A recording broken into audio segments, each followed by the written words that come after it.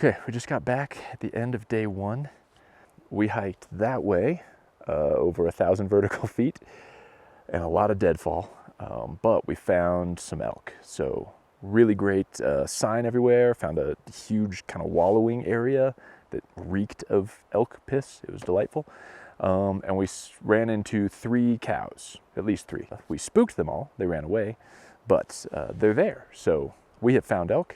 We keep hearing a bugle from this completely different direction, but I'm too tired to think about tomorrow yet. So, gonna make a fire, gonna eat some dinner, climb in my tent, and stare at Onyx and figure out where I wanna go tomorrow. Deer.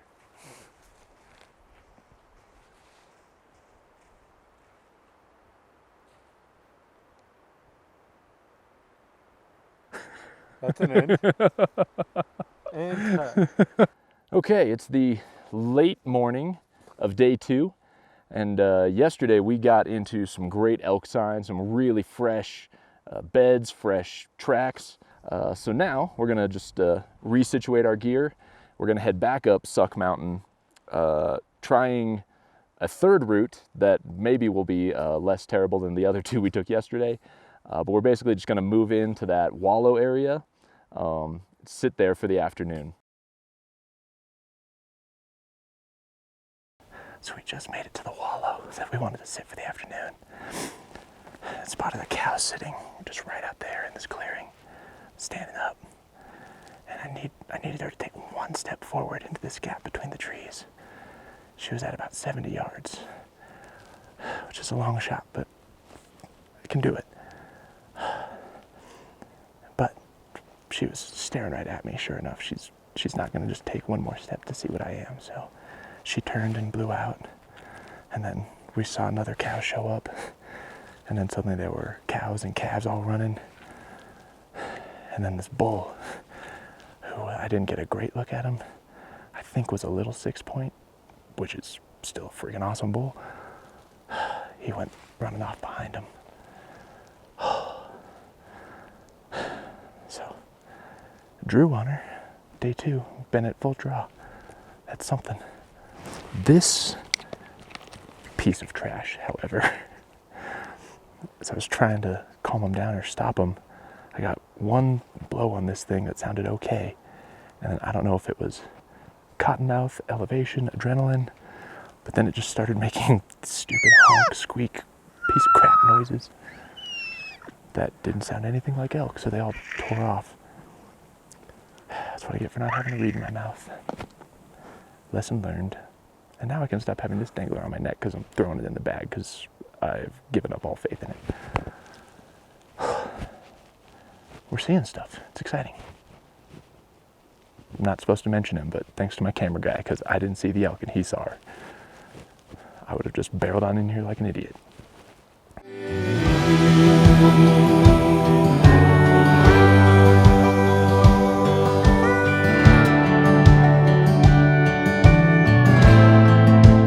Water's on its way.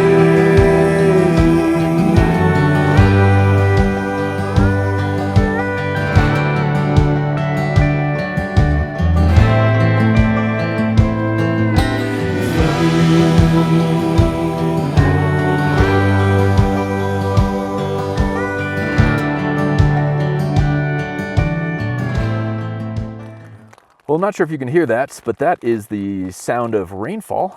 I am currently trapped in my tent, and this is how it's been all afternoon.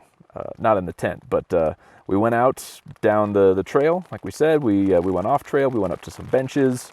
We looked everywhere we could to find these guys, and there were not any elk for sure, not really any fresh sign, just not a great elky area. So that means we have to go back up Suck Mountain, where there are elk. We also are running low on supplies and need to make it back out to the truck to get some more. So we got to figure out all that schedule, and we are currently losing the rest of the evening riding out this rainstorm. So if it lets up, we'll be able to go outside, make a fire, make some hot food. If not, I'll just stay trapped in here the rest of the evening, eating whatever snacks don't require a stove. And I think I left my water out there, so also being kind of thirsty.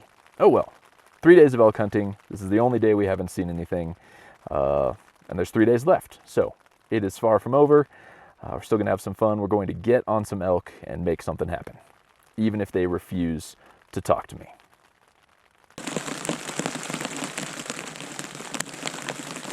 Well, it's the morning of day 4. Sounds pretty similar to how day 3 ended. I was texting my wife last night on the inReach, had her look up the weather for the area, and she said today is supposed to be off and on rainy just like yesterday, but then the 2 days after that, our last 2 days of hunting, are clear. So today, knowing that, our plan was to try to miss the rainstorms and get back to the truck. We need to haul out some trash, resupply our food, recharge batteries, dump cam cards, all that stuff. Just, you know, midweek maintenance kind of stuff. So not the greatest hunting day, but it's not great weather for hunting anyway. And as soon as it lets up, we'll throw our packs on, head down to the truck. Hopefully we can time this out where we get everything we need. We get back here and we still have a few hours of evening where it's not raining and we can get out and try to hunt some nearby areas. But for now, we're just sitting here.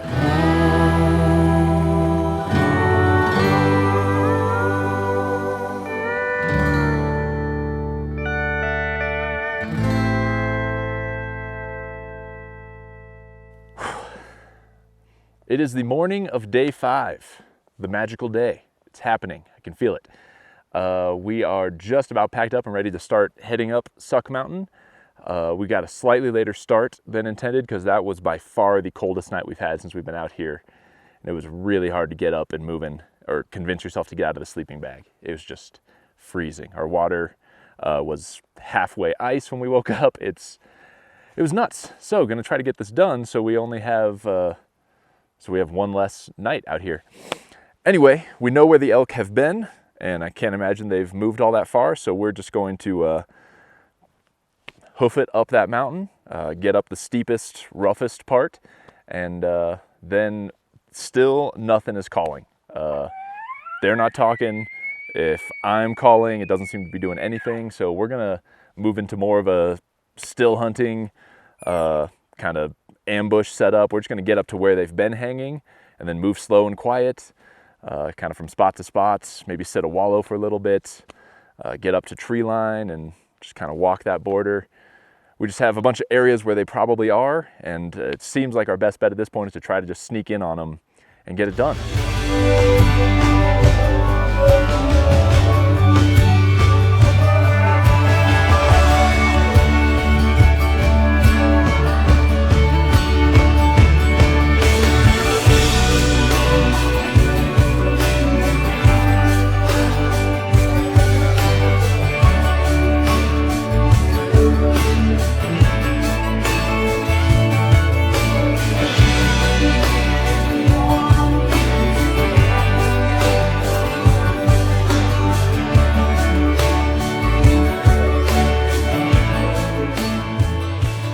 Day 5 has come to an unceremonious close.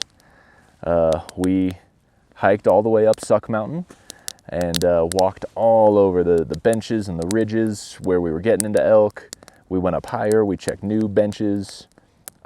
They've ghosted us. I don't know if maybe it's another 500 feet or so to go up and over the mountain altogether.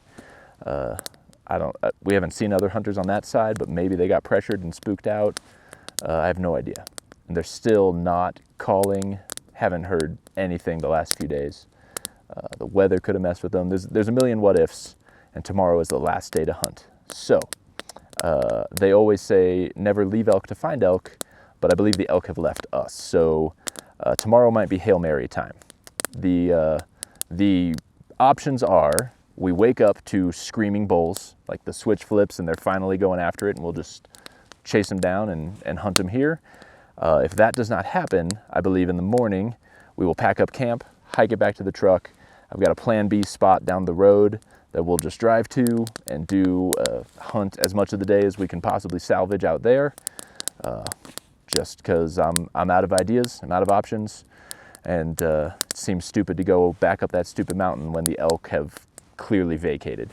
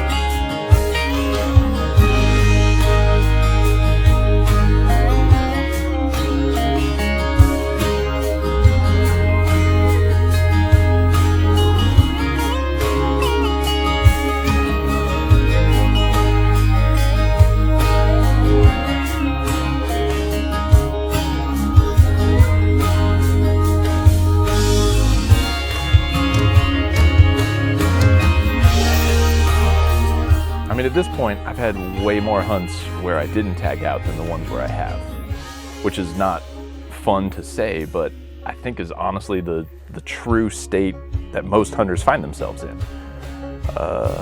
Even when you're getting after it, even when you're putting in the time, just statistically speaking, we're gonna strike out more times than we're gonna get a hit.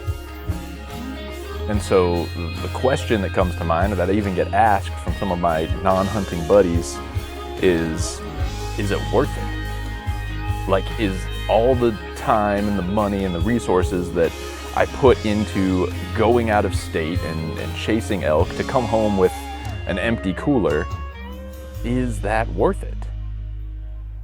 And I think any hunter is gonna agree that yes, it absolutely was. Like, the fact that I came home without an elk does not make the trip a failure. For this particular trip, this was a dream that I've had for years now that seemed so daunting and so out of reach for a while.